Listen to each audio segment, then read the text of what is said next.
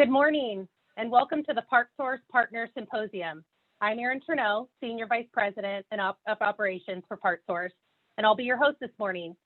As you probably know, PartSource is the world's largest evidence-based marketplace for medical equipment, products, and services.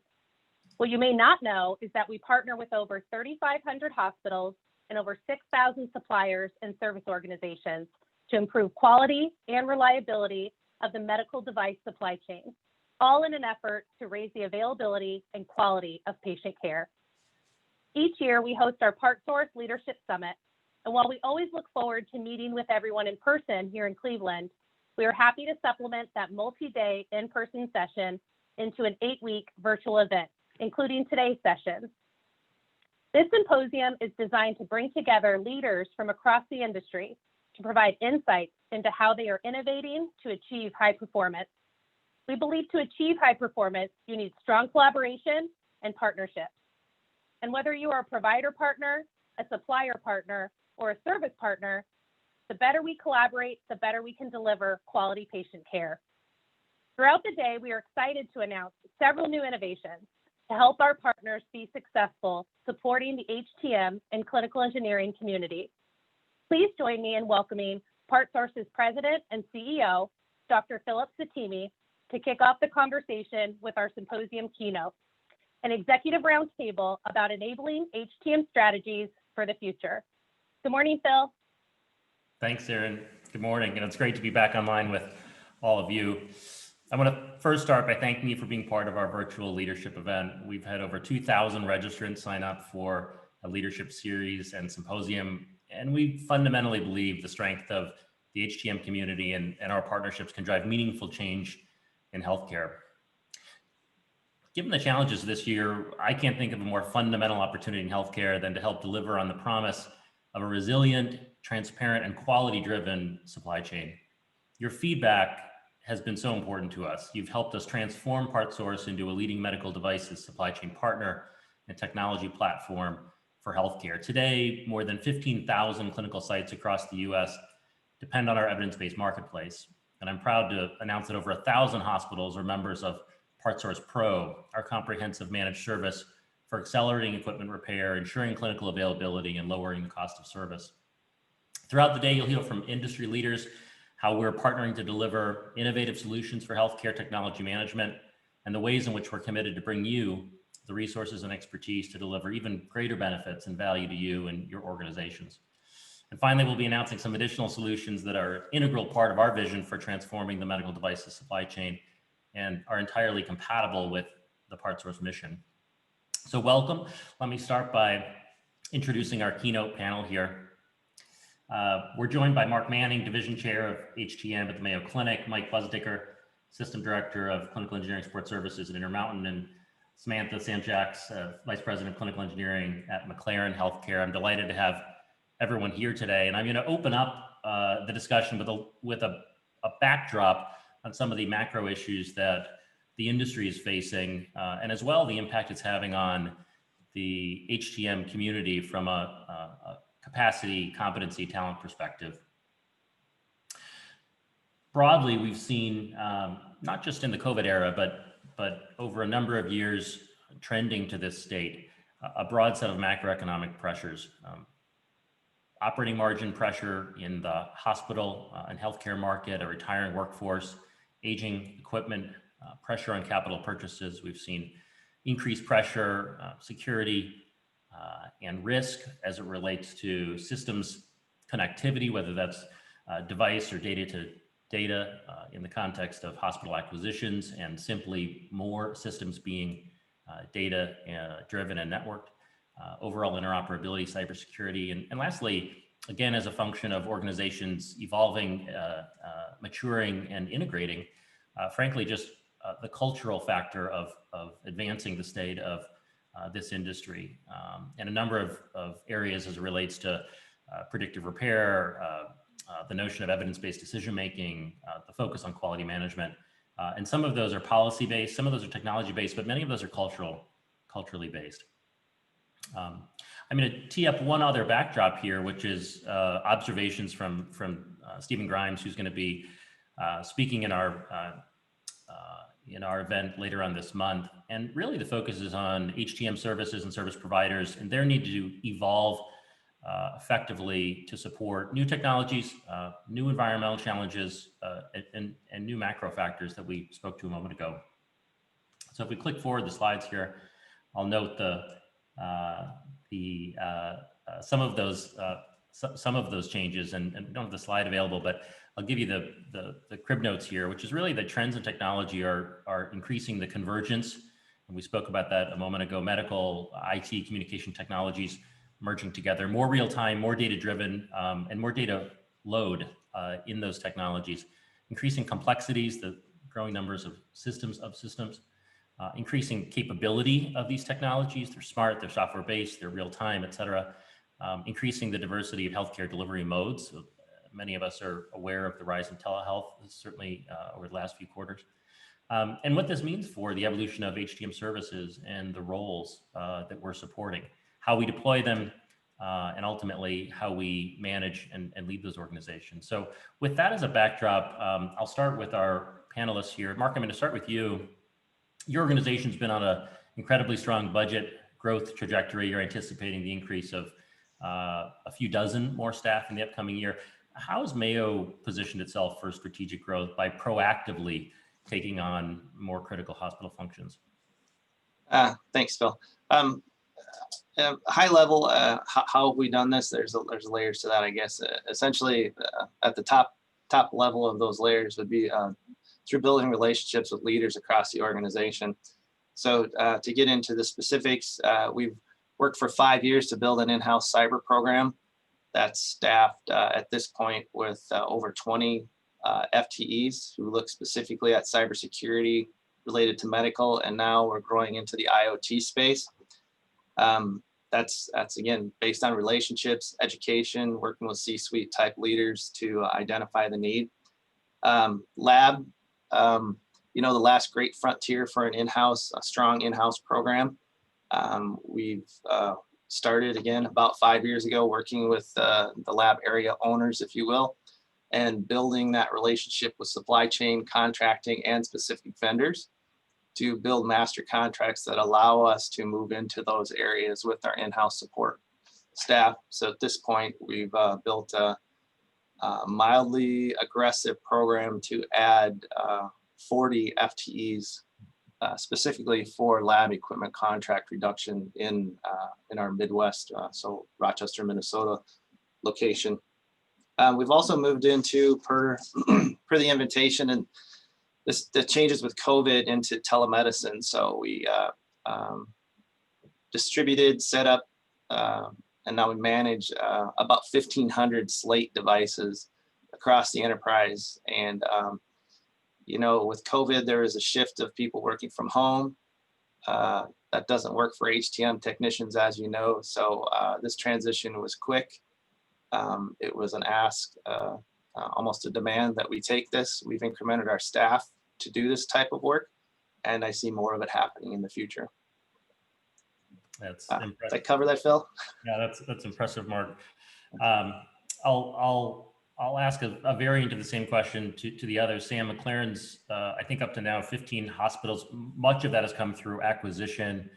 I've got a couple questions for you. We'll start with just how do you manage the cultural and policy assimilation of that kind of a rapid growth with across such a diverse geography?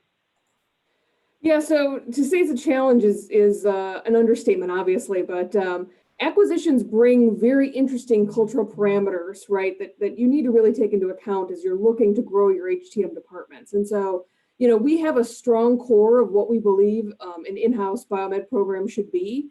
And depending on the hospital that we're acquiring, some of those are in place, some of those are not. The program may be outsourced. We work at all levels of varying types of programs to really get to a standard. And Mark kind of mentioned it, it's not something that happens overnight. He's been working for 5 years to do some of his programs. We have the same type of timeline for hospitals that come on board under McLaren.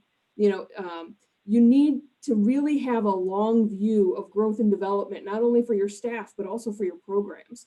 And so making changes quickly obviously doesn't go over well, especially when you're trying to drive a uniform culture. And so being consistent, having the end goal in mind and truly working towards that on an everyday basis, that's the only way you can change culture. You can't do it quickly. You can't do it via policy-driven metrics at all. You really have to work on the people aspect of it to drive a really uniform culture across a really large system.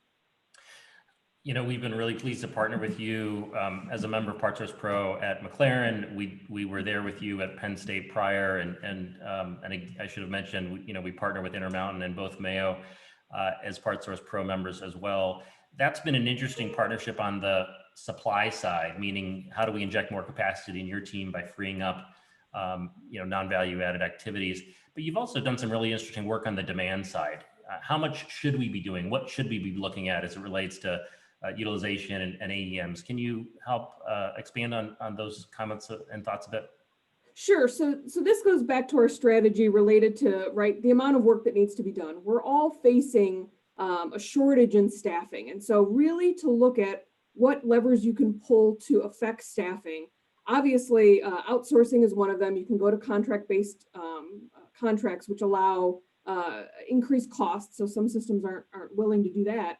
The other option you have is a really strong AEM program. And so looking at what is value-based work and what work is actually affecting your day-to-day operations really requires some robust data. Obviously, we're all talking about increased data analytics nowadays, but looking at that data on a much more large scale to really hone in on what work has to be done, what work is actually quality driven, what has an impact on the uptime of the device.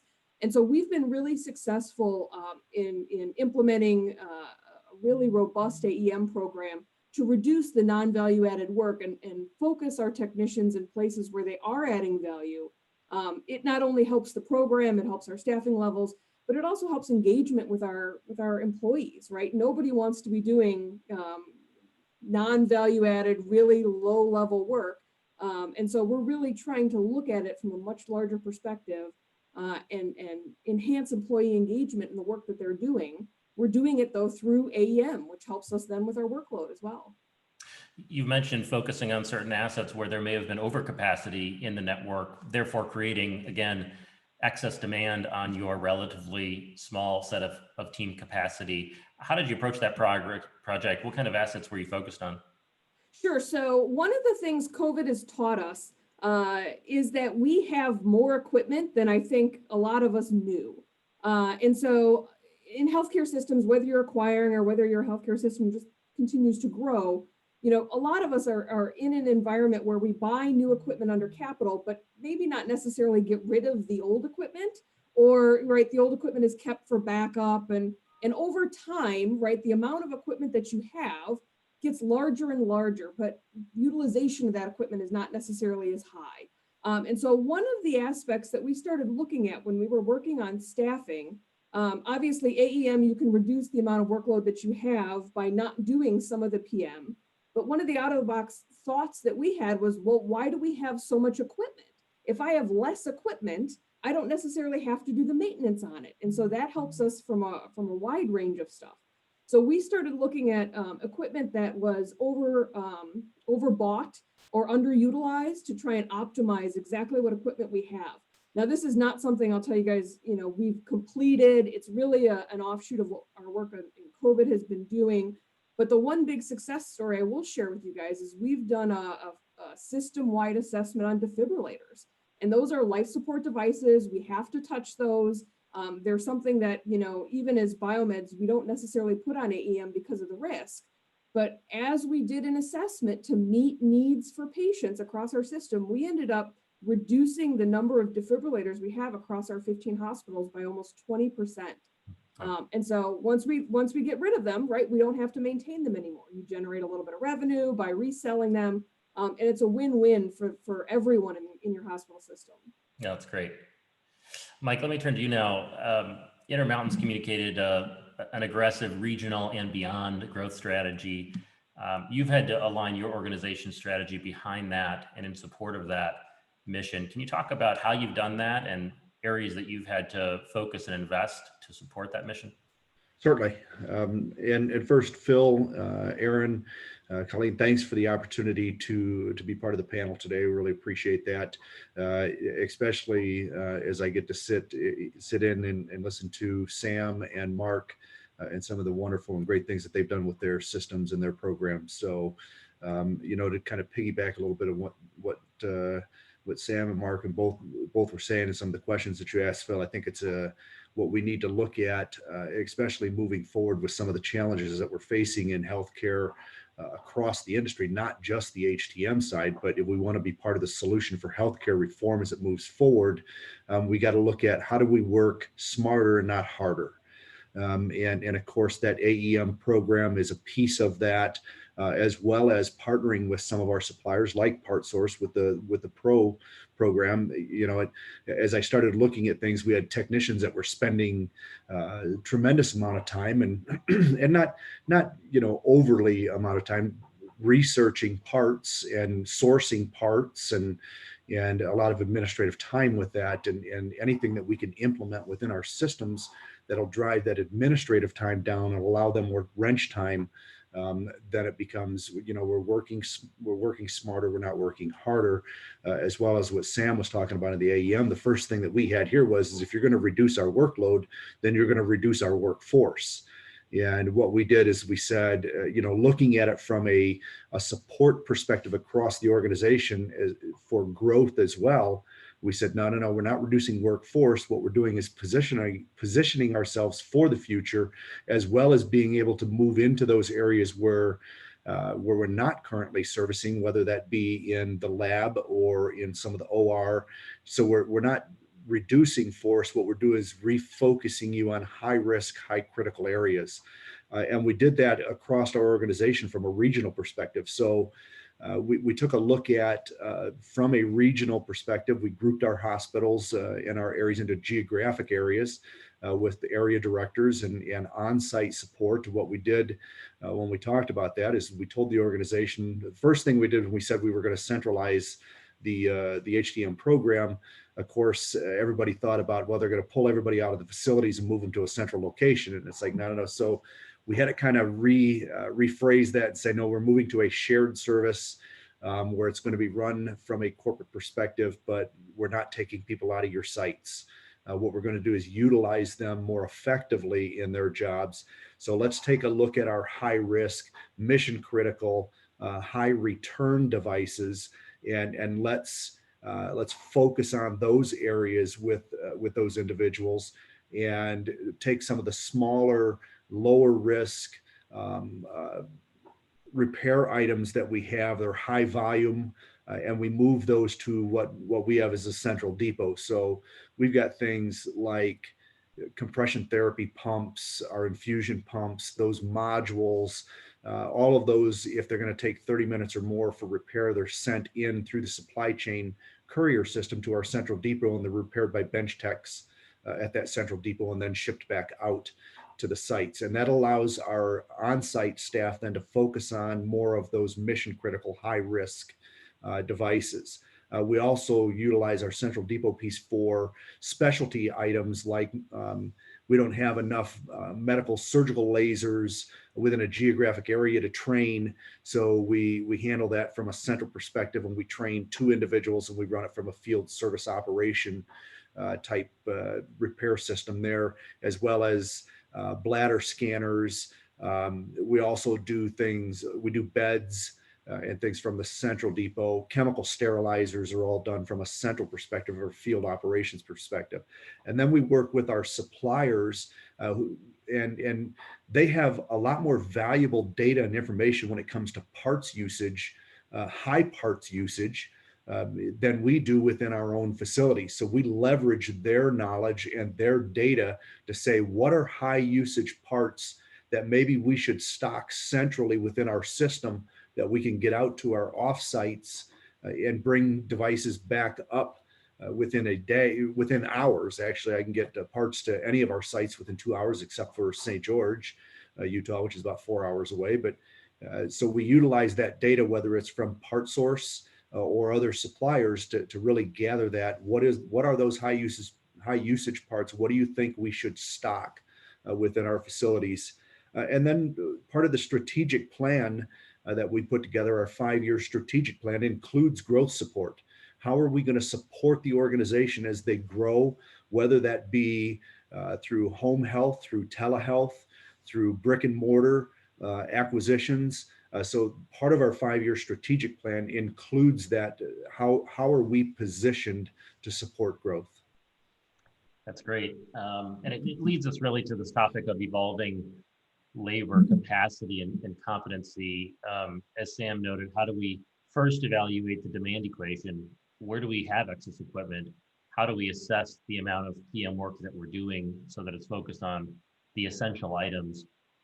And then on the supply side, how do we invest in ensuring our people are working at the top of their license, looking at programs like PartSource Pro and others to say, how do we remove that lower value added work? This is critical, of course, in the context of not just a lot of pressure on folks working in remote environments, but a lot of folks, as you know, retiring out of the profession altogether. I'm going to stick with you, Mike, just for a moment on this topic. You alluded to new responsibilities, again, which seems impossible in the context of all the things you're doing today, outpatient and home services you alluded to. How are you thinking about mapping those competencies to those kinds of new jobs in your responsibility? Certainly. And it is, I think, if you look at least in our geographic area and a lot of the communities that we serve, people, a lot of our consumers are moving away from the acute care setting. If they have the opportunity to be treated within their home, why would they not do that? And so we're seeing tremendous growth in home health. We have individuals and patients. We have patients that are on home dialysis. So they have dialysis equipment within their homes, so they don't have to go to a dialysis center for treatment. We've got people that are receiving chemotherapy treatments at home instead of having to go into the facility to do that. And I think we're seeing more and more of that move towards, and we're going to continue to see that move towards more of a home health setting and an outpatient setting instead of the acute care side. So we really got to take a look at our HTM professionals. So we set up a competency assessment piece for our Tech 1, Tech 2, Tech 3, and our supervisors as well. And we do that competency assessment. They do a self-assessment annually, and then our supervisors validate that. And we put skill expectations into each one of those categories, and then they self-measure, and we validate how they feel their self-assessment or their competency is on individual pieces of equipment. And that could be whether it's in an acute care setting or in a home setting. We divide that out a little bit. We divide that out so that we can get a feel for that and where they're at in those areas. We put together career progression plans, individual development plans based upon those competency assessments. Put together training plans to close gaps on that, so that they know to go from a Tech 1 to a Tech 2 to a Tech 3, they understand what those skill expectations are, where they're lacking, and how we can get training. From a perspective of with Intermountain, we looked at it again from that geographic area, and we look at the inventory within that geographic area. And on a lot of or most of our specialty items, we train to the inventory, not to the facility. So if you've got a limited inventory of devices within that geographic area, then you may just need to train one person to cover that geographic area. So I know in the past, a lot of facilities, they train to the facility and what's available in the facility instead of training to the inventory. And so that's some of the things that we've really focused on. And then we take a look at things like what is our geographic area separation between facilities and between home sites that we're supporting as well, and what's that going to look like from a service level agreement perspective that we put in place with our stakeholders. So really a lot of things that go into that in setting that up and really positioning ourselves for the future, and not just within our geographic area, but how do we support that telehealth, telemedicine piece that may be reaching into, I mean, we're serving patients in Alaska and we have no brick or mortar buildings there. but we're still supporting that patient care and treatment. And how does HTM become a part of that in supporting that process as we move forward? That's interesting. A lot to compute on as you think about the diversity of the geography versus the high acuity, high density environment where you've got more specialist engineers. Sam, you've got a widespread geography that you're responsible for with acute, post-acute facilities in there. When you think about the skill set of your team, how do you manage that skill set over time with respect to retention, succession planning, and planning for the future needs of the organization? Yeah, so we do very similar things, than a lot of the others have talked about here. I think part of the thought process that you have to have is it is in fact a process that you really need to put in place. So succession planning isn't something you do once and then leave it on the shelf for 5 years, right? Having ongoing conversations with your staff, understanding where they want to go from their career perspective, understanding what their training plan is and putting a true plan in place and helping them move through that plan, right, helps you really grow and develop a staff member. Now, obviously, that's once you have a staff member. I think the other piece that a lot of us are struggling with is where do we get our new staff members from, right? We have a lot of staff that are retiring in the next 5 to 10 years. And so you also want to start looking at how you're going to build your pipeline from a future perspective. And so growing relationships with schools that are out there, right? I do a lot of teaching, even remotely, right, for schools that are not even in our state to try and grow and develop the profession and really get the word out there that this is a great profession to move into. There's also myriads of training programs that are being developed by various groups to allow staff that are in other positions to move into HTM, right, with very little training. And so focusing some of your time on that entry level really helps us. We have a very robust internship program. We bring interns through. Obviously, it gives us a view into them as well as them a view into us. We really focus on standardized training for our interns as well as our BMET 1s and our BMET 2s so that the level of competency is really consistent. But I think the one thing I'll say from a takeaway perspective is it is a process. It is not something that you do once and just leave it alone. It's an ongoing conversation, and that's not normally a skill set that most biomed departments have. And so growing that skill set, I'll tell you, there's a ton of tools out there. You don't have to reinvent the wheel, but it is something you need to continue to do. So I fully support that kind of path and process. You've alluded to tools that you've used in the past, knowledge management and other things that either you've developed or co-opted at the organization. How are those helping and what kind of issues are you targeting? Oh, so, the issues are wide ranging, right? So students that come out of school may have, depending on where they come from, may have a background in one area or not another, and so really rounding out their education is very difficult to do without the appropriate assessment tools. And so I'll make a plug. Amy has just released, they had a good internship program kind of document. They've now released a training plan as well, right, for staff and students that I helped design along with a whole bunch of other people. That tool is very detailed.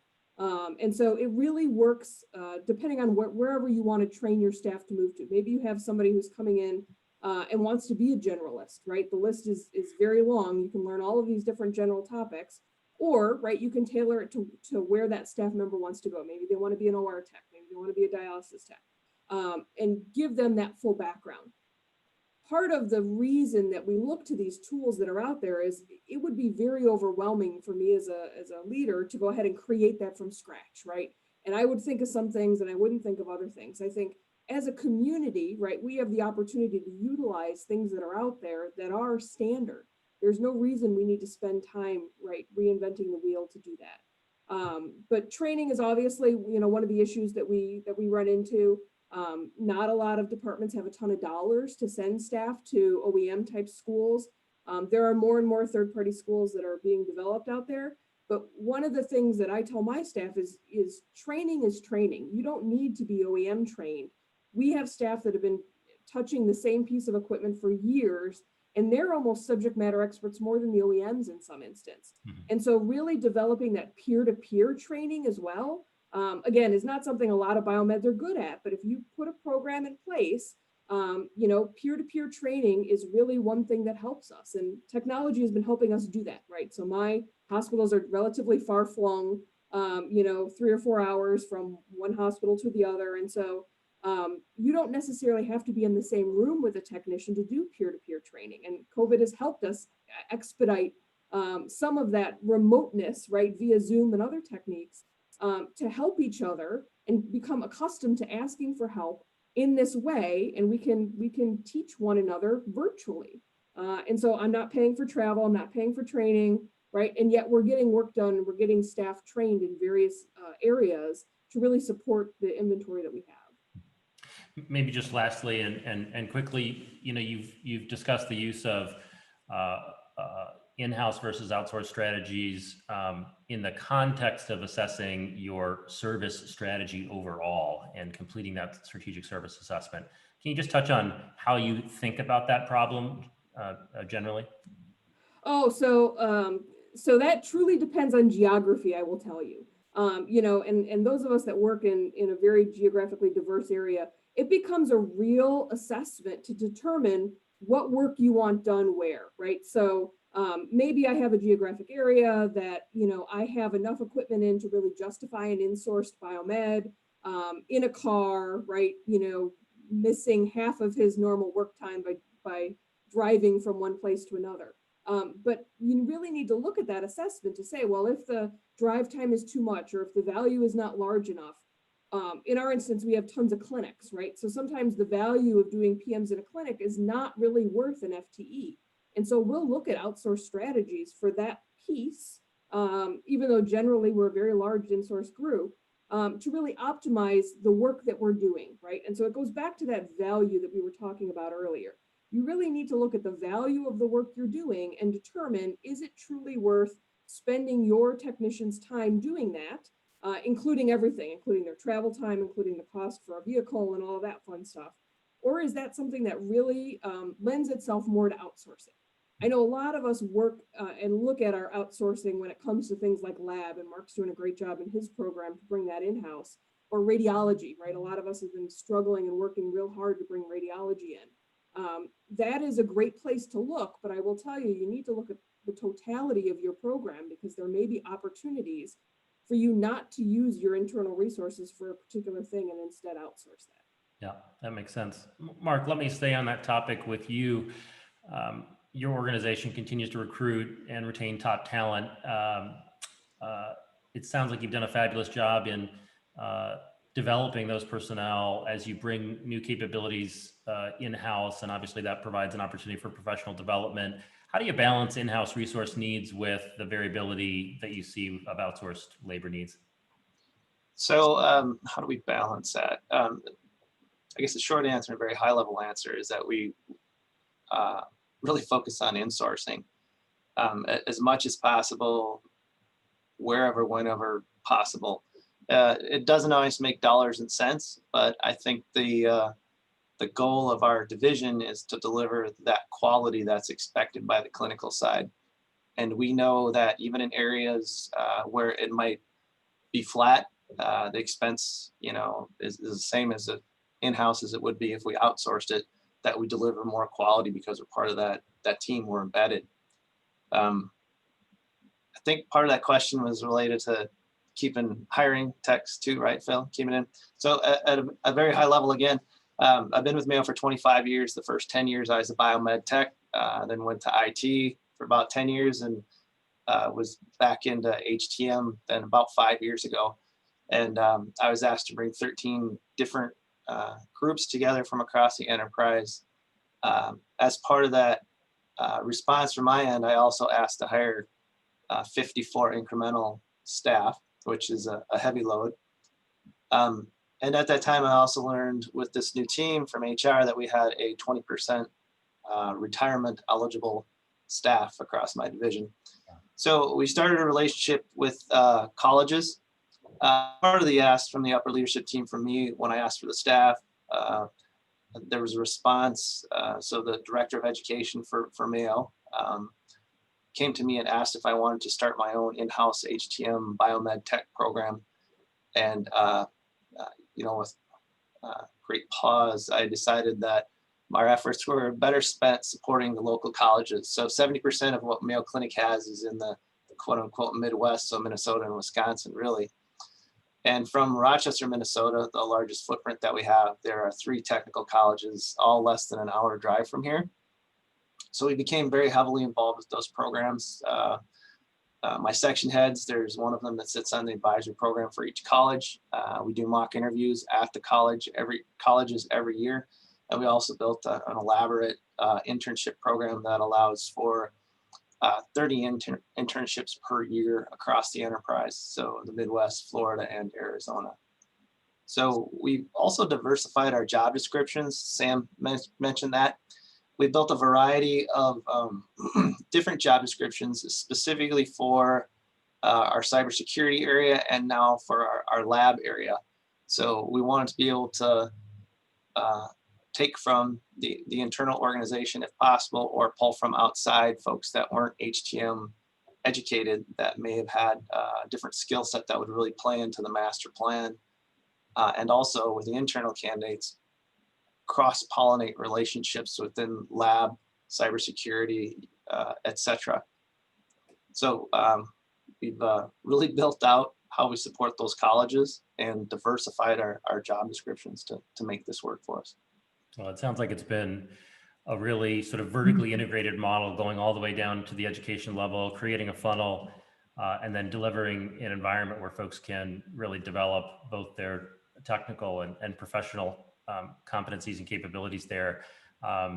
Let me stay with you, Mark, on this last topic of creating a clinically integrated HTM organization. And you hear this concept of clinical integration a lot across healthcare today, and this notion of a clinically integrated supply chain or integrated HTM organization. We think about it often from our business as it relates to helping organizations create an evidence-based rationale and decision process around clinical resources. So parts, labor, whatever the resource need might be, how do we bring years of clinical data and outcomes to the equation to make better decisions that go into your supply chain and ultimately produce better results and outcomes for your patients.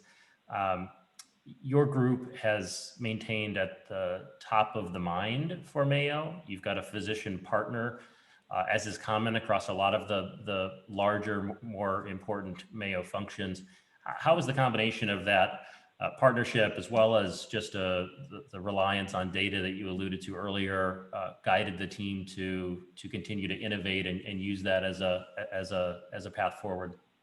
Sure, it's worked very, very well. So if I go back to the history of Mayo Clinic, so the early 1900s, 1919, they started this physician administrator partnership model, and they hold true to that in a lot of areas. So my division at this point is 280 staff. My physician partner is Dr. Kim Amrami. She's a world-renowned musculoskeletal radiologist, focusing mostly on MRI, and she's a techie. So she is my physician partner. I am her administrator. She also happens to be the medical director for supply chain. So we work very closely with internal challenges and or opportunities. It's usually Dr. Amrami and myself that approach other leaders across the organization to help them understand the benefits that we could bring, additional growth with insourcing and driving out expense if appropriate. And then when we work with vendors, it's the perfect trifecta of clinical leadership being Dr. Amrami, supply chain / contracting, and then HTM at that table. So the 3 of us across the table working with vendors. So it's powerful for us. It's been the model for over 100 years for Mayo Clinic. It works very well. Sounds like a powerful triumvirate across the table. Sam, let me turn back to you. In almost every other industry, cheaper, faster, better is sort of the mantra, and that has struggled, I think, at times in healthcare because it's been perceived as low value or low quality or taking on additional clinical risk, but doesn't have to be the case. It seems like you've had a lot of success in multiple destinations and responsibilities of building a financially, operationally, quality strong program and communicating that effectively to regional hospital presidents, CEOs, COOs, supply chain leaders, et cetera. Can you just talk about kind of your strategies for organizing and communicating how you're trying to achieve those goals with folks who might be concerned about adopting or taking on more risk? Sure. So I think one of the things that have allowed me to be really successful in the communication realm is to really put it in terms that other people understand. And so I think in technical professions, a lot of us like to focus on the details. And so, we're very good at putting things in order, right, in a very logical kind of sense. And a lot of us have the thought process to get to where, right, we all need to be. But in communicating that, especially to some C-suite leadership, I think part of the struggle is a lot of those individuals we're liaising with don't necessarily come from the type of background that we come from, right? They don't have the rigorous training in things like logic, and they don't think like we do. And so really being thoughtful about how you're communicating to them in a way that really shows them that you're aligned. And so I'll tell you, my strategy has really been to talk about quality first. And so there is no hospital C-suite individual, whether it's the CEO or the CMO or the CIO, who doesn't understand quality. And so really understanding their terminology and how they're going to see it, and leveraging what you want in those terms, right? And so Mike kind of talked to it a little bit, right? If I want to go ahead and implement a model that he has where, I want to centralize a whole bunch of functions, right? They're going to care about the dollars and cents, of course, but they're going to care about the turnaround time, right? And they're going to care about things that will influence quality. So what happens when I ship a piece of equipment outside of the hospital to get it repaired? What impact is it going to have? And so discussing things like impact and discussing things like how it's going to affect the end user builds this type of connection with the C-suite so that they garner some trust. And that trust is really important when you want to do really crazy things like I have, like Mark has, like Mike has. You really need to build a trust that says, I understand what concerns you have as an end user, and I will do everything I can to ensure that we're not affecting patient care in any way, that we're in fact enhancing quality, we're improving safety, we're mitigating risk in any way that we possibly can. And those conversations, I'll tell you, are hard for some, biomeds, clinical engineers to have, because we don't normally talk like that, right? We generally talk about, we're going to save this much money, we're going to go ahead and implement this kind of process. But C-suite individuals aren't necessarily very process driven. They really want to understand the big picture. They want to understand the impacts, right, to other departments. And so if you think about your communications in a little bit different of a way, I still understand all the things that the engineers care about, how much money we're saving, what the process is going to be, but I don't speak about those with my C-suite. I really focus on the quality aspect, and that helps us drive, right, the change that needs to happen. And Mark's didactic model really helps with that, right? As you speak with clinicians, they really want to know different things, and you have to learn how to communicate with them appropriately. Yeah, that makes a lot of sense. Mike, this concept that Sam's talked about as it relates to building trust in the organization, both in your own team, as well as in the leadership and peer class that you have there, is really important. You mentioned earlier your CEO has encouraged expansion as far as perhaps servicing patients in Alaska. What has that meant as it relates to the culture of your department? It sounds like you've in just a few short years created a centralized model with regional sort of hub and spokes. You've got folks going into people's homes taking care of equipment. You've got telehealth responsibilities. You're thinking about new geographies in different ways. How have you managed the cultural shift in an organization, and specifically your team, that's had to absorb a lot of change in a short period of time? Yeah, and really, I think a lot of it is focused on really ensuring that our department is seen as a potential solution or a participant in the solution for healthcare reform as we move forward. You know, as the pay models change from a fee for service into different areas, you know, whether it's bundled payments or whatever they're doing, ensuring that our team is part of that process going forward and not just seen as a fix-it shop that's located in the basement next to the morgue. And when we're seen as part of a solution, or we're seen as a participant in the solution of that healthcare reform and moving the organization into the future, then the executive team actually comes to us and says, invites us to the table. We don't have to wait for an invitation or beg for an invitation. They actually include us with a seat at the table. And I'll say, you know, from the 5-year strategic plan I talked about earlier, that was one of the directions from organizational leadership was, hey, listen, we want you to do a 5-year plan, but we want you to include an initiative in that 5-year plan that talks about how you support growth with the organization. So if we grow brick and mortar, if we grow from that perspective, like we did with Nevada Healthcare Partners in that acquisition, or Seltzer Health in Boise, Idaho, then we, you know, how are we positioned to support that brick and mortar growth? How are we positioned to support the telehealth, telemedicine growth that we're seeing in Alaska and other states throughout the country? And one of the things that we've done, you know, we've also put together what we call an operations manual, or it's a playbook per se.